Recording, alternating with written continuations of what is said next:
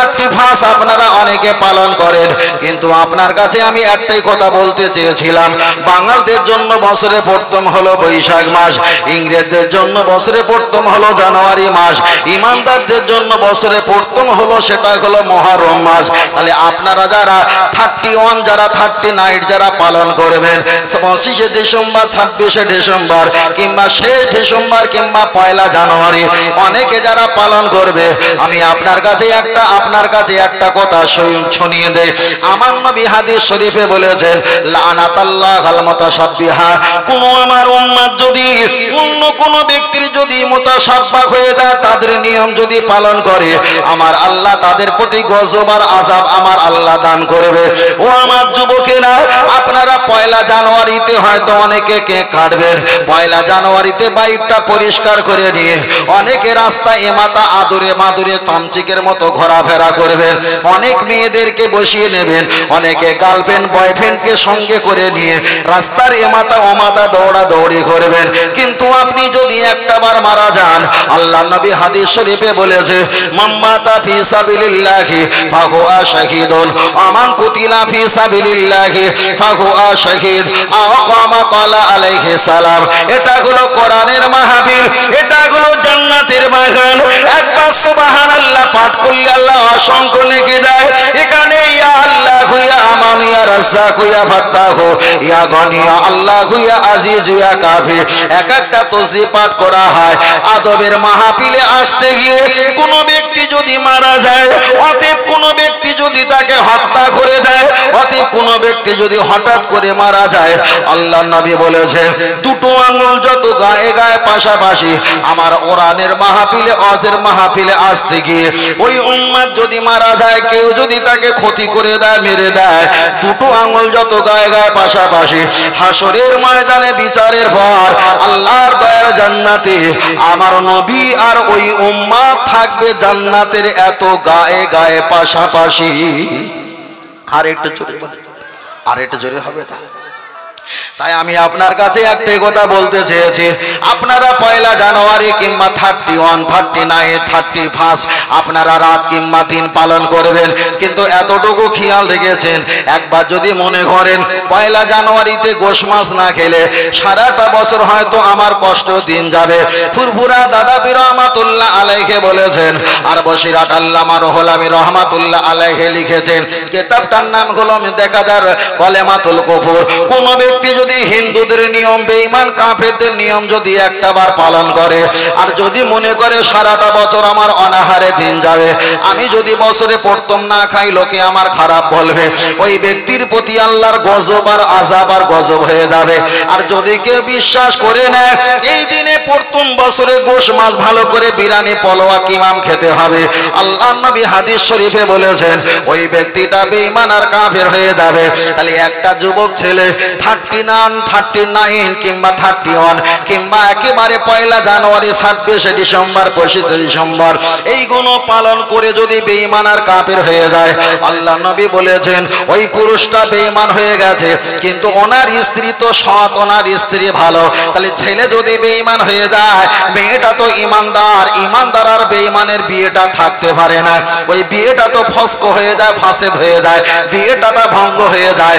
সমাজের লোক আপনাকে তাড়িয়ে দিল না, সমাজের লোক আপনাকে গালিগালাজ করলো না, সারা রাত জুয়ার আড্ডা মদের আড্ডা তাড়ি নেশা চুল্লু বিরানি খেয়ে আপনি রাতের বেলা এসেছেন, তখন বেঈমান আর কাফের হয়ে গেছে। স্ত্রীর সঙ্গে যতটা মিলন করবে ততটাই হবে ব্যভিচারী আর ওটাই হবে জেনা। আর যদি কোনো সন্তান জন্ম হয়, তাহলে ছেলে যদি বেঈমান হয়, স্ত্রী যদি ইমানদার হয়, বিয়ে তো ভঙ্গ হয়ে গেছে। আর আপনি যদি ওই অবস্থায় স্বামী স্ত্রী মিলন করে বাচ্চা যদি ভূমিষ্ঠ হয়, হানাফি মাযহাবের মাসলা হলো ওই বাচ্চাটা হলো বেজম্মা জারক সন্তান বাচ্চা। তাহলে ওই বাচ্চা পৃথিবীতে যতদিন বেঁচে থাকবে কখনো ইসলামিক জলসা মাহফিলের দিকে আসবে না, টাকা জোগাড় করবে 31, 31 কিংবা 26, 25শে ডিসেম্বর পয়লা জানুয়ারি পালন করবে। তাই আমি আপনার কাছে একটাই কথা বোঝাতে চেয়েছিলাম, আপনি পয়লা জানুয়ারি পালন করলেন, আপনি বাড়িতে গোশত কিনে নিয়ে আসলেন, আপনি মাছ কিনে নিয়ে আসলেন, আপনি বিরিয়ানি ডাল আর ভুট্টা চটপটি ঘুগনি কিনে নিয়ে আসলেন।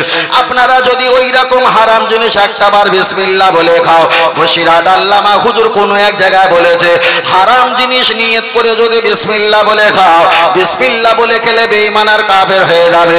আপনি যদি মনে করেন পয়লা জানুয়ারি এটা পালন করা তো হারাম, বিসমিল্লাহ বলে খেলে বেঈমান হয়ে যাবে, আমি বিসমিল্লাহ বলবো না, এখানে আমি শুধু ভাত খাবো। কোন ব্যাখ্যা এসেছে বিসমিল্লাহ না বলে এক লোকমা যখন তুমি খানা খাবে, প্রতিটা লোকমা 40 দিনের ইবাদত নষ্ট হয়ে যাবে। আর হারাম খাদ্য খাওয়ার বিনিময়ে গায়ে যতটা শক্তি রক্ত বল হবে, এই হারাম রক্ত বল হওয়ার কারণে আসজুদুলিল্লাহ আল্লাহর নামে সেজদা দেবে, একটাও সেজদা কবুল হবে না। আর কাউমার রাকিন আল্লাহর নামে রুকু করবে, একটাও রুকু কবুল হবে না। তাই আমি বোঝাতে চেয়েছি, আমার নবী একটা হাদিস শরীফে বলেছেন, ও আমার সাহাবীরা জেনে রেখে দাও, সেই জামানায় আখিরি জামানায় লা ইয়াবকা মিনাল ইসলামি ইল্লা ইসমুহু, তবে ইসলামের সুরাত নিয়ে, ইসলামিক চেহারা নিয়ে, মুসলমানের আকৃতি নিয়ে সমাজে ঘুরবে, ইল্লা ইসমুহু, তবে ওদের নাম থাকবে মুসলমান, কিন্তু বেঈমান কাফেরদের রীতিনীতি পালন করে আল্লাহর খাতায় ওরা হয়ে গেছে বেঈমান। তবে আমি আপনাদের কাছে একটাই কথা বলছি, জীবনে মরণে কোন ইহুদি বেঈমান কাফেরের নিয়ম আমরা পালন করতে পারবো না। আমরা চুল কাটবো আমার নবীর দিকে তাকিয়ে, আমরা কথা বলবো আমার নবীর দিকে তাকিয়ে, আমরা টুপি পরবো আমার নবীর দিকে তাকিয়ে, আমরা খানা খাবো আমার নবীর আদর্শ নিয়ে, আমরা ঘুমাবো আমার নবীর আদর্শ নিয়ে, আমরা ব্যবসা বাণিজ্য করবো আমার নবীর আদর্শ নিয়ে। কেন নবী আমার জানিয়েছে আনা বুইস্তু মুআল্লিমান, আমি নবী হলাম তোমাদের শিক্ষক আর শিক্ষক। জোরে জোরে বলেন সুবহানাল্লাহ, আর একটু জোরে হবে না? সমাজে কত অযোগ্য বাপ আছে, অযোগ্য মা আছে, অযোগ্য ভাই আছে, ঠেকাতে পারে না। তুমি বাপ হওয়ার যোগ্যতা রাখো না, বিয়ে করেছো, বাচ্চা হয়েছে, সন্তান হয়েছে, তুমি বাপ হওয়ার যোগ্যতা রাখো না। ওরকম বাপ না হওয়াটাই ভালো, ওরকম মা না হওয়াটাই ভালো। ফের বলছি, যোগ্য বাপ আর যোগ্য মা যদি হতে চাও তাহলে সন্তান নাও, আর নাইলে হেঁচড়ে থাকো। কারণ এক হাত সেলাই করতে গিয়ে যেন 5 হাত ছিঁড়ে না যায়। কথা বোঝেন না? এক হাত সেলাই করতে গিয়ে 5 হাত যেন ছিঁড়ে না যায়। যোগ্য বাপ যদি হতে চাও যোগ্য বাপের মতো হও, আর ভেড়া যদি হয়েছে সারাটা জীবন জুতোর বাড়ি খেয়ে খেয়ে কবরে যেতে হবে। ও যতদিন বেঁচে থাকবে ছেলে বউয়ের হাতে আপনার জুতোর বাড়ি খেতে হবে। আর সিংহ যদি থাকো ঘাড় ঘোরাবে, সব দলে দলে ছেলে বৌমা নাতিপোতা ছুট মেরে পালাবে, ঠিক না বেটি? আর ভেড়ার মতো হয়ে থাকলে সারাটা জীবন জুতোর বাড়ি খাবে। যদি বাপ যদি হও বাপের মতন হও, আর নইলে তুমি দেশ ছেড়ে এলাকা ছেড়ে পালিয়ে অন্য জায়গায় পাহাড়ে গিয়ে লুকাও। কে বলেছ তোমার বিয়ে করতে, কে বলেছ তোমার সন্তান নিতে? যোগ্যতা যখন হারাবে সে চাকরিটা না করাই ভালো। যোগ্যতা নেই চাকরি করো না, সমাজে থেকো না। আল্লাহ আল্লাহ রাসূল বলেছে, তোমার যদি পরিবার তোমার যদি কথাবার্তা না নেয়, মান রাই মিনকুম মুনকারান, তোমার সামনে যদি পরিবারের কিছু খারাপ অশ্লীল কাজ দেখা হয়, রাসূল প্রথমেই বলেছে তুমি জবান দিয়ে প্রতিবাদ করো। এই প্রথমে হাত দিয়ে প্রতিবাদ করো। হাত দিয়ে প্রতিবাদ করলে ছেলে পিলে বড় হয়ে গেছে, নাতিপোতা সমস্যা হবে। জবান দিয়ে বলো। জবান দিয়ে বললে দেখা যায় আরো 4-5টা ওদের দল বেড়ে গেছে। তুমি অন্তর দিয়ে ঘৃণা করো, ওদের সঙ্গে তুমি একটু দূরে থাকো। আল্লাহ রাসূল পরেই বলেছে ওয়াজালিকা আদাফুল ঈমান, অন্তত তোমার ঈমান বাঁচবে, তুমি ওদের পক্ষে না।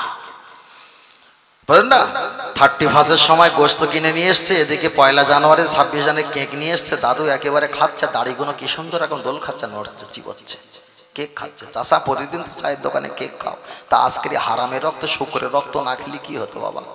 না বাবা ছেলেরা নিয়েছে ফেলে দেবো, এত দামি জিনিস। তুমি এক হাত সেলাই করতে গিয়ে 5 হাত ছেড়ে ফেললে বাবা। আল্লাহ আল্লাহ। চলেন আমি আপনার কাছে বোঝাতে চেয়েছি, ও ভালো করে খেয়াল করে শুনবেন। আমি আপনার কাছে একটা কথা বলছি, তাহলে পয়লা জানুয়ারি করলে কতটা ভয়াবহতা। আপনি যদি বিসমিল্লাহ বলে খান বেঈমান হয়ে যাবে। বিসমিল্লাহ বলে যদি আপনি ওই হারাম বস্তুটা যদি না খাও, এক লোকমা খেলে কেউ বলেছে 40 দিনের ইবাদত নষ্ট হয়ে যাবে। আবার কেউ বলেছে গায়ে যত রক্ত মাংস চর্বিযুক্ত শক্তি হবে, আল্লাহর ইবাদত করলে ওই হারাম চেহারায় একটাও ইবাদত কবুল হবে না। ও আমার দাদু ভাই, আমি আপনার কাছে বোঝাতে চেয়েছি, আপনি কাকে খুশি করার জন্য দাড়িটা রাখলেন না? আপনার স্ত্রী কি আপনাকে একবার বাধা দিয়েছে যে আপনি দাড়ি রাখলে আপনার সঙ্গে আমি সংসার করব না? কোনো যদি স্ত্রী এই কথা বলে থাকে, তাকেও তো বাবা একটু দূরে রেখে দেওয়াটা তো ফরজ হয়ে যায়। কেন হানাফি মাযহাবের মাসলা হলো, কোন ব্যক্তি যদি দাড়িকে ইনকার করে ওই ব্যক্তিটা তো কাফের। তাহলে আপনার স্ত্রী একবারও বলেনি যে আপনি দাড়ি রাখবেন না। স্ত্রী যদি আপনার বারণ না করে, আপনি কেন দাড়ি রাখলেন না? জবাব দাও। আপনি বলবেন হুজুর আমি ব্যবসা বাণিজ্য করি কাওরাবাগদি মুক্ত পারাসীদের সঙ্গে, আমি ওই জন্য দাড়ি রাখিনি। তাহলে তোমার আমার লিডার হলো মুহাম্মদ সাল্লাল্লাহু আলাইহি ওয়াসাল্লাম। আল্লাহর নবী বলেছেন, আমার একটা সুন্নাত যদি মুসিবতের সময় পালন করতে পারো, ইনদা ফাসাদি উম্মতি ফালাকুম আজরু মিআতা শাহিদ। আল্লাহর নবী বলেছেন, 100 শহীদ হলে যে জান্নাতের মর্যাদা পাবে, আমার উম্মত মুসিবতের সময় একটা যদি সুন্নাত পালন করে, আমার আল্লাহর নবী বলেছেন আমার ওই একটা উম্মত 100 শহীদের মর্যাদা তিনি একা পাবে, একা পাবে। কেন? আমাকে যখন ফলো করেছে, ফাকাদ আতাল্লাহ, ওই ফলো করা ইত্তেবাটা আমার আল্লাহর নামে হয়ে গেছে। বলুন সুবহানাল্লাহ। এবার আমি আপনার কাছে বলছি দাদু ভাই, আপনি একটু হালকা করে দাঁড়িয়ে রাখেন। আপনি একটু ইমাম সাহেবের সঙ্গে হুজুরের সঙ্গে সম্পর্ক রাখেন। ইমাম সাহেবের হুজুরের সঙ্গে সম্পর্ক রাখলে আপনার মাথায় একটা করে টুপি তুলে দেবে। আপনি যখন ইমাম সাহেবের সঙ্গে বারবার সম্পর্ক রাখবেন, আপনার আরবি নুরানি কায়দা কিংবা বাগদাদি কায়দা কোরআন শরীফ শিক্ষা দেবে, দোয়া দরুদ শিক্ষা দেবে। ইমাম সাহেব প্রতিপদ 5 ওয়াক্ত যখন আজান দেবে, তখন আপনিও 5 ওয়াক্ত নামাজে হাজির হয়ে যাবেন। তাই আল্লাহর নবী হাদিস শরীফে বললেন, আলমার ওমান আহাব্বা আকামা ক্বালা আলাইহিস সালাম, তোমরা যদি ভালো ব্যক্তির সঙ্গে সম্পর্ক রাখতে পারো, আর ভালো ব্যক্তি যদি জান্নাতে চলে যায়, তাদের সুপারিশ আর সাহায্যের বিনিময় আমার আল্লাহ তোমার লাইনটা ওদের জান্নাতের কাতারের সঙ্গে ফিট করে দেবেই দেবে। জোরে বলেন সুবহানাল্লাহ। এখানে যারা আমরা বসে আছি, আমরা যদি একটাবার হিসাব করি, আমাদের মোবাইল আছে, এই মোবাইলে পণ্য video, FM radio, audio video, এই মোবাইলে হোয়াটসঅ্যাপ, টুইটার, ফেসবুক, এই মোবাইলে ইউটিউব, বিভিন্ন ইন্টারনেট, গুগল ছেলেরা চালায়। ছেলেরা অট্ট হাসি, নাটক, সিনেমা, ফিল্মি দেখে এরা পাগল পারা হয়ে গেছে। বশিরাত আল্লামা হুজুর তিনি ব্যাখ্যা দিয়ে বলেছেন, কিতাবটার নাম হলো কলেমাতুল কুফর। কোন একটা ছেলে যদি গান শুনে, গান শুনে মাথা নাড়ানোর প্রয়োজন নেই, গান শুনে চেহারা হেলানোর প্রয়োজন নেই, গান শুনে হাত টানিয়ে ঢোল বাজানোর প্রয়োজন নেই। বশিরাত আল্লামা রাহমাতুল্লাহ তিনি ব্যাখ্যা করে বলেছেন, একবার যদি আনন্দ পায়, গান শুনে যদি আনন্দ পায়, আর আনন্দ পেয়ে যদি মোহাব্বত করে আনন্দ যদি পায়, ওই ব্যক্তিটা বেঈমান আর কাফের হয়ে যাবে। এবার আমি আপনার কাছে বলছি দাদু ভাই, আপনার সময় সম্পত্তি সমাজে আছে, একদিন আপনি মারা গেলে আপনার মোবাইলটা আপনার বড় নাতি দখল করে নেবে। আপনি মারা গেলে আপনি যে চেয়ারে বসে সার্ভিস করতেন, দোকানে ক্যাশ কাউন্টারে বসে থাকতেন, ওটা আর একজন দখল করে নেবে। ও আমার দাদু ভাই, আপনি যে বাইকটা চালান, গাড়ি চালাও, এমআই ফাইন্যান্স কোম্পানি কিংবা কোনো একটা কোম্পানি কিংবা আপনার বাড়ি পরিবার ওই গাড়িটা আবার দখল করে নেবে। আপনি যে খাটে আলমারিতে ঘুমিয়ে থাকতেন, ওই খাট, আলমারি, বাড়ি পরিবার আর একজন দখল করে নেবে। আপনি যে চশমাটা ব্যবহার করতেন, ওই চশমাটা খামের ভিতরে বছর কি বছর পড়ে থাকবে। আপনি যে জুতোটা পরতেন, ওই জুতোটা কিছুদিন পরে ওটা হারিয়ে যাবে, ময়লা দুর্গন্ধ হয়ে যাবে। আপনি যে বিছানা চাদরগুলো ব্যবহার করতেন, আপনার নতুন অপমা সুন্দরী বৌমা, ছেলে নাত বউগুলো ময়লা যুক্ত কাপড় চোপড় আর ব্যবহার করবে না, ওরা তালে মেরে গোয়াল ঘরে ছাগল ঘরে ওরা ব্যবহৃত করবে। ও আমার দাদু ভাই, আপনি যে ঘরে থাকবেন ওই ঘরে সময় সম্পত্তি জমি জায়গা দলিল পর্চা সব কিছু আপনার বাড়ির এক একটা দর্শকের নামে রেজিস্ট্রি হয়ে যাবে। আপনার বলে পৃথিবীতে আর কিছুই থাকবে না। আপনি একদিন শূন্য খালি হয়ে ফাঁকা হাতে 4-3টে কাপড় দিয়ে পর্দার হালাতে আপনাকে কবরস্থ করে দেবে। দাদু আপনার বয়স 60 বছর ছিল, আপনি জীবনে নাতিকে কত খুশি করেছেন, আপনার বৌমাকে হার দিয়ে খুশি করেছেন, আপনার স্ত্রীকে অ্যাকাউন্টে টাকা দিয়ে জমি লিখে দিয়ে খুশি করেছেন, আপনার ছেলেকে গাড়ি কিনে দিয়ে খুশি করিয়েছেন, আপনার নাতিকে একটা মোবাইল কিনে দিয়ে খুশি করিয়েছেন। দোকানে সারা বছর মাকি খেতেন আর একভাবে এক গোস্তা টাকা দিয়ে তাকেও আপনি হাসি ফুটিয়েছেন। কিন্তু আল্লাহ নবী বলেছেন, ও আমার উম্মাত, তোমরা কি জানো না তোমাদের জন্য আমি সারা রাত ঘুমাতে পারলাম না, তোমাদের জন্য আমার দাঁত মোবারকটা ভেঙেছি, তোমাদের জন্য আমার কত সাহাবারা শহীদ হয়েছে, তোমাদের জন্য মক্কা থেকে মদিনায় আমি পালিয়েছি, তোমাদের জন্য আমি সারাটা জীবন সেদা হালাতে গুহার ভিতরে কেঁদে কেঁদে ঘুরেছি।